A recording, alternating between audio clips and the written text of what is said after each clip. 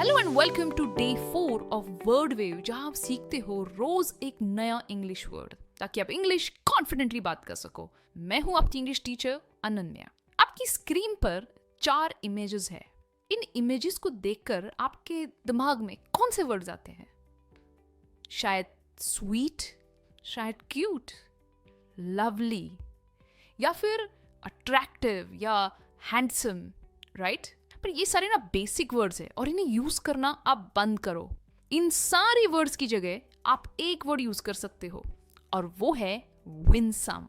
यही है हमारा वर्ड ऑफ द डे, विनसम। विनसम का मतलब क्या होता है? विनसम का मतलब होता है क्यूट, चार्मिंग और sweet in a way that makes people like you immediately. मतलब प्यारा, मनमोहक, भोला भाला या आकर्षित, जिससे लोग तुरंत प्रभावित हो जाते हैं। ये सिर्फ सुंदर दिखने के बारे में नहीं है या ब्यूटीफुल दिखने के बारे में नहीं है, बल्कि अगर किसी की पर्सनैलिटी में एक सादगी है, मासूमियत है या किसी का स्वभाव बहुत प्यारा है, उसे डिस्क्राइब करने के लिए वर्ड है विनसम। जैसे कि बच्चे की मुस्कान या किसी इंसान की सादगी जो दिल जीत ले। विनसम ये एक एडजेक्टिव है जिसका मतलब है आकर्षक या प्यारा। इसके अलग अलग फॉर्म्स भी है। विनसमली ये एक एडवर्ब है जिसका मतलब है मनमोहक ढंग से। विनसमनेस ये एक नाउन है जिसका मतलब है मनमोहकता या प्यारा स्वभाव।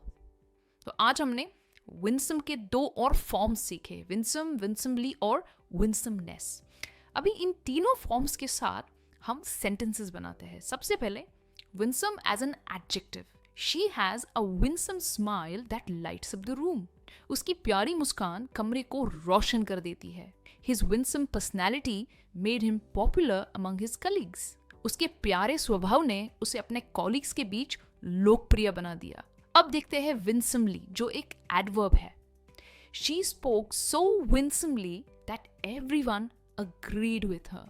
उसने इतनी मनमोहक ढंग से बात की कि सभी उससे सहमत हो गए। He winsomely thanked the audience after his performance. उसने अपने परफॉर्मेंस के बाद दर्शकों को प्यारे ढंग से धन्यवाद किया। अब देखते हैं विनसमनेस। एज अ नाउन हम इसे कैसे यूज कर सकते हैं?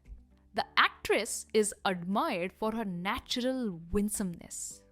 उस एक्ट्रेस को उसकी स्वाभाविक मनमोहकता के लिए सराहा जाता है।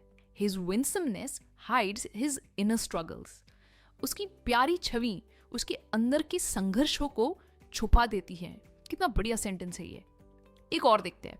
The winsomeness of the village children was unforgettable. गांव के बच्चों की प्यारी मुस्कानें भुलाए नहीं भूलती। तो हमने विनसम के सारे फॉर्म्स के साथ एग्जाम्पल्स देखे। आप भी इन तीनों फॉर्म्स के साथ एटलीस्ट एक सेंटेंस कमेंट्स में लिखिए। अब विनसम के साथ 2 बढ़िया कॉलोकेशंस भी है, विनसम इनोसेंस और विनसम पर्सनैलिटी। मैंने पिछले लेसन में बताया था कि कॉलोकेशंस क्या होते हैं, ये फिक्स्ड फ्रेजेस होते हैं।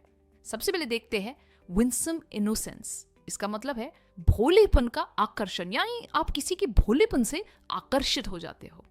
जैसे for example, the child's winsome innocence melted everyone's heart. बच्चे के मासूम प्यारे भोलेपन ने सबका दिल पिघला दिया। The movie captured the winsome innocence of village life beautifully. Film ने गांव की जिंदगी के भोलेपन को बहुत ही खूबसूरती से दिखाया। Innocence का मतलब होता है भोलापन। अब नेक्स्ट कॉलोकेशन है winsome personality, यानी मनमोहक व्यक्ति, जिससे आप आकर्षित हो जाते हो। For example, her winsome personality makes her very approachable. उसका प्यारा व्यक्तित्व उससे बात करने के लिए आसान बनाता है। His winsome personality makes strangers feel comfortable around him. उसका प्यारा व्यक्तित्व अजनबियों को भी उसके साथ सहज कर देता है, यानी लोग उससे कंफर्टेबली मिल पाते हैं, आसानी से बात कर पाते हैं। तो अगर आपको किसी की पर्सनैलिटी को डिस्क्राइब करना है तो आप विनसम पर्सनैलिटी इस कॉलोकेशन का यूज कर सकते हैं। अब हमेशा की तरह बारी है क्विज की। आपके स्क्रीन पर 3 सेंटेंसेस हैं और ब्लैंक्स में आपको इसका नाउन फॉर्म, एडवर्ब फॉर्म या एडजेक्टिव फॉर्म ये फिल करना है, यानी कि आप विंसम, विंसमली या विंसमनेस फिल करोगे। आप चाहो तो स्क्रीनशॉट ले सकते हो या वीडियो को पॉज कीजिए और आपके आंसर्स कमेंट्स में लिखिए।